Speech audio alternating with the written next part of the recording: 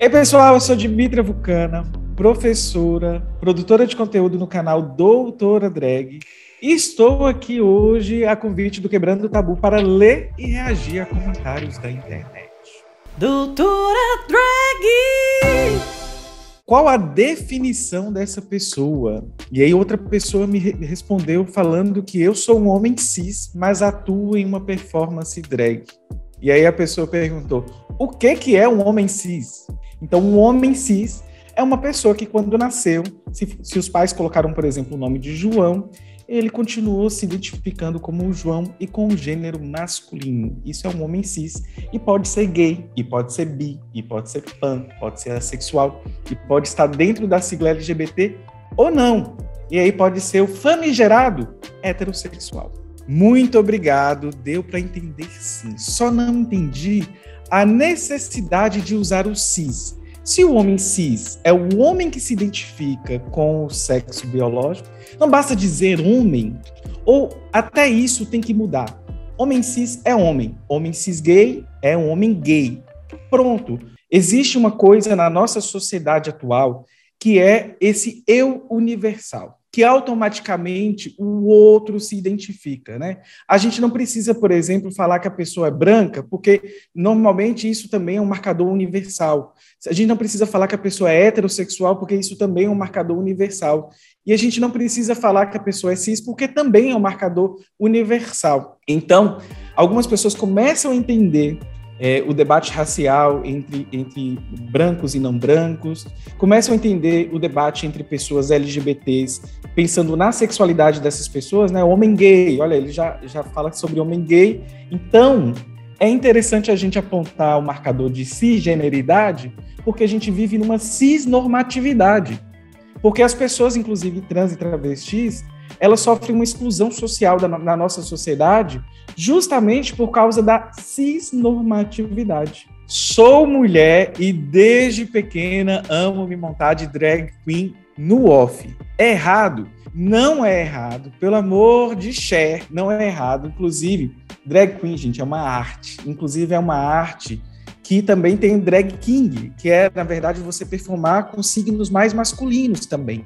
E a arte drag, ela não tem gênero, ela é qualquer pessoa, qualquer ser humano que queira performar, eu acho super interessante. O que a gente não pode esquecer é que existe uma história por trás disso, existe todo um movimento histórico de pessoas da comunidade LGBT como forma de resistência.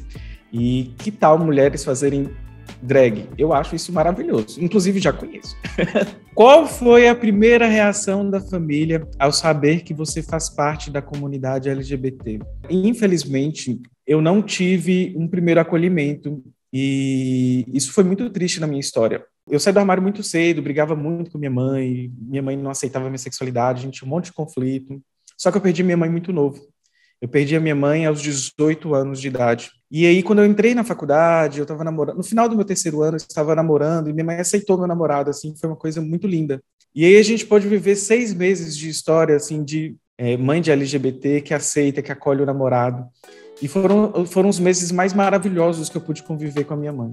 Mas hoje eu ainda tenho uma família maravilhosa, eu tenho tias maravilhosas que são puxa-saco do meu marido. Minha avó é uma mulher do campo, de 80 e poucos anos. Primeira vez que eu levei meu marido, né? Meu marido, na época, namorado lá pra lá, eu levei como um amigo, né? Eu falei assim, eu não sei o que minha avó pensa, talvez eu não queira saber. Eu fiquei morrendo de medo de saber o que ela falaria. E aí, eu acho que ela já sabia, porque dessa fofoca de família e tudo mais, mas com muito carinho, ela preparou uma cama de casal e falou assim, tá lá pronta a sua cama para você dormir com o seu homem. Meu homem não, vó! Eu que não consegui dormir, eu não dormi com meu marido, dormi no sofá duro, porque eu que não processei a informação na época, né? Isso foi 13 anos atrás, meu marido e eu somos juntos há 13 anos, mas demorou cair a ficha. Todo comunista quer o fim da família? A direita vive criando espantalhos anticomunistas e sempre a pauta ela é moral. Como falar com uma criança de 5 anos sobre identidades de gênero?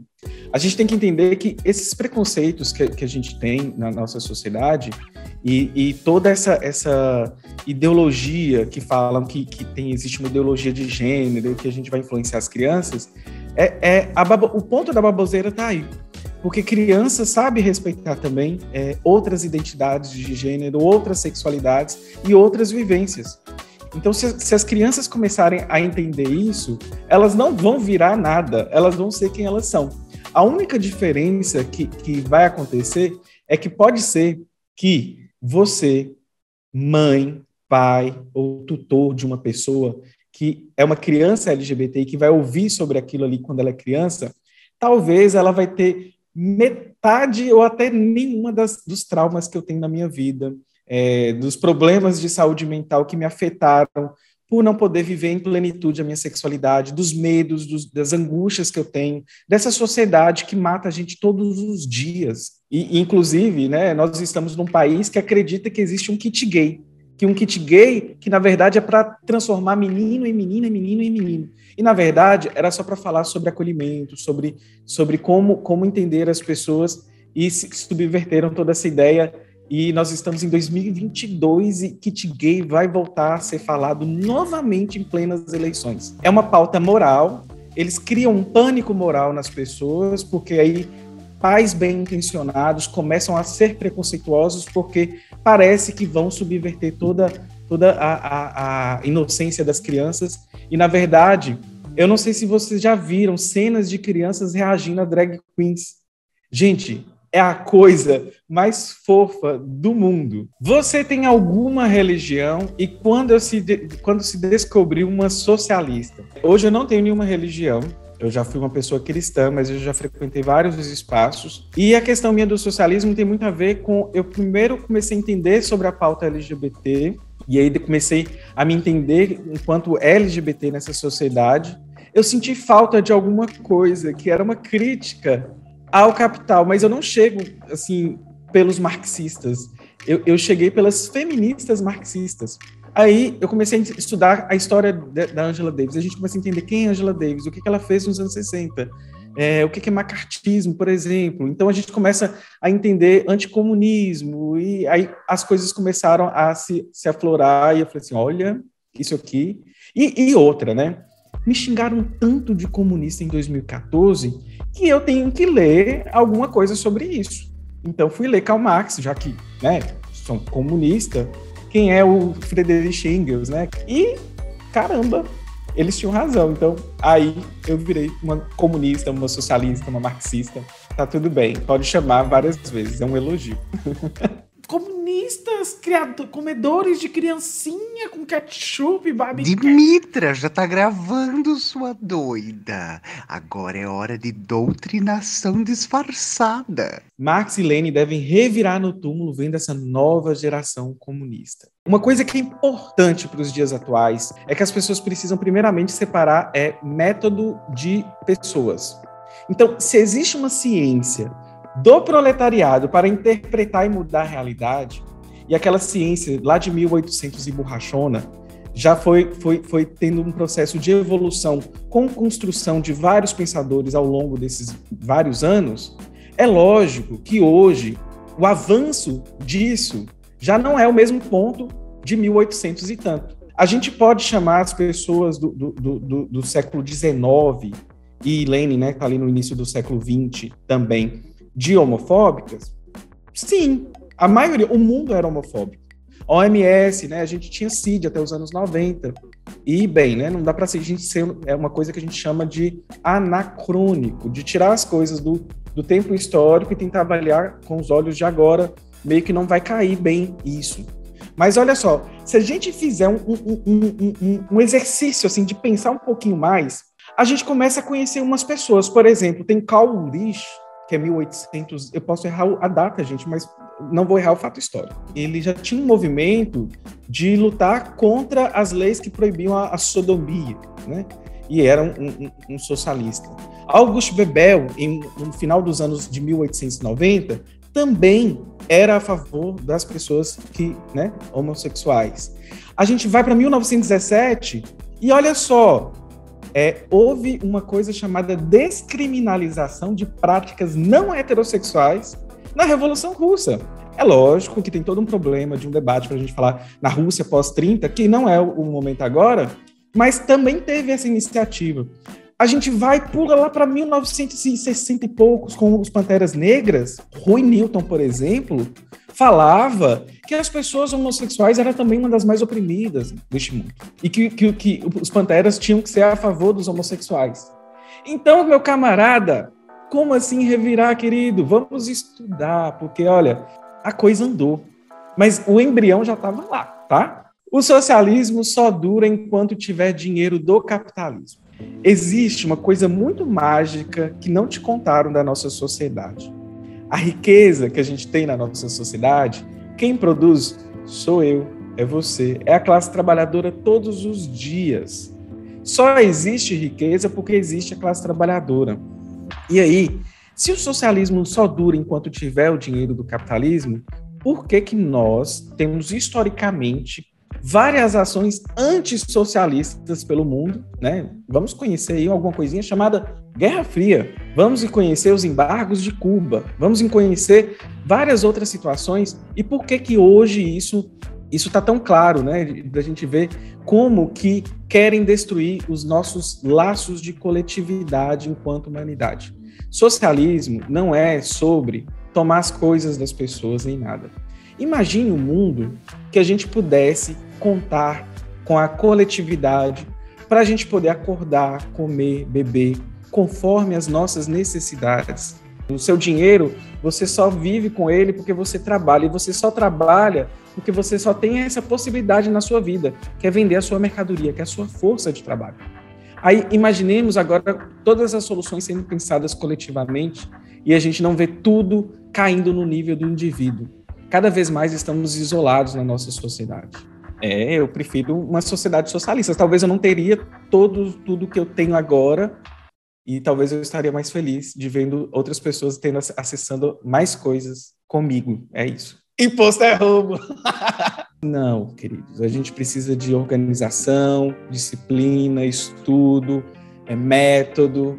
E aí, o Estado, a figura do Estado hoje, ela representa, sim, um projeto de poder, que, né, um Estado hoje esmaga as pessoas, e sim, o Estado cobra imposto, mas não é assim, na lógica de vocês, que a gente vai conseguir resolver todas as nossas mazelas sociais, deixando tudo solto, sem regulamentação, né? Deixa as pessoas fazerem o que quiser. Aí sim a gente vai ver coisas piores do que a gente já tem na sociedade atual. Queremos a mudança hoje.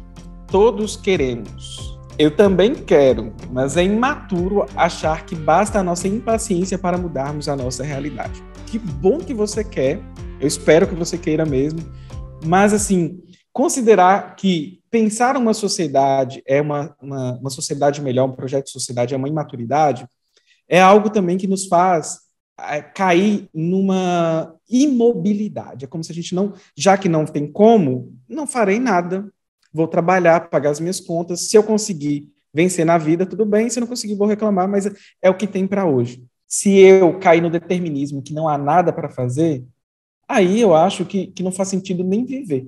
E olha só, imagina se a utopia fosse um horizonte para mim, um sol ali, e aí a utopia é aquela sociedade que eu quero, que todo mundo tenha acesso a todas as coisas mínimas possíveis para a gente poder viver, que não tenha racismo, que não tenha LGBTfobia, que não tenha misoginia, capacitismo. E ela tá lá, ela pode até estar longe, mas eu tô olhando para ela e eu estou andando todos os dias. Aí a utopia anda 3 passos, eu vou lá e ando. E aí perguntaram, né, para o amigo do Galeano numa das palestras, então para que serve a utopia? Serve, gente, para a gente caminhar. Caminhando, a gente vai construindo algo.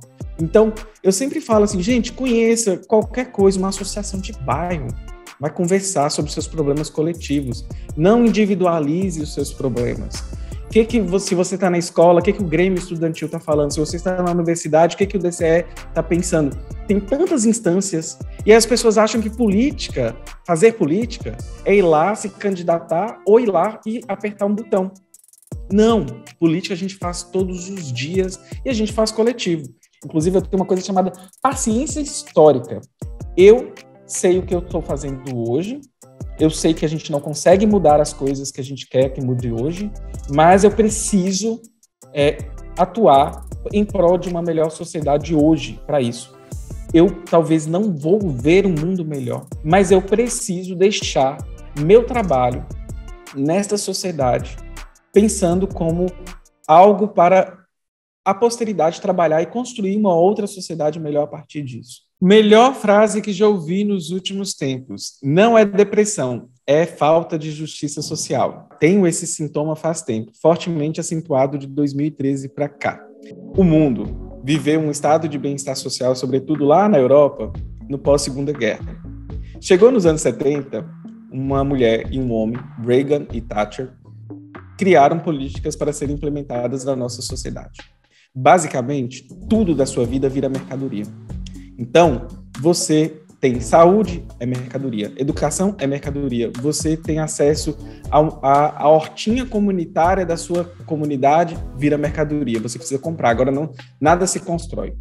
Tudo precisa ser mercadorizado.